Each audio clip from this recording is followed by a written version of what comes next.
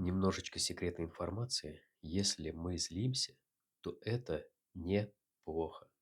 Это просто сигнал того, что мы долго молчали и не проговаривали те моменты, которые для нас важны. И когда это копится, вот в этом случае гнев, конечно, будет иметь разрушительную силу. Начнем с простого упражнения. Раскроем этот гнев и отпустим его. Поэтому используйте технически созданные специальные комментарии на этой площадке, на этой платформе, где вы смотрите этот замечательный видео. И просто ответьте на вопрос, на что в своей жизни вам давно хотелось бы рассердиться.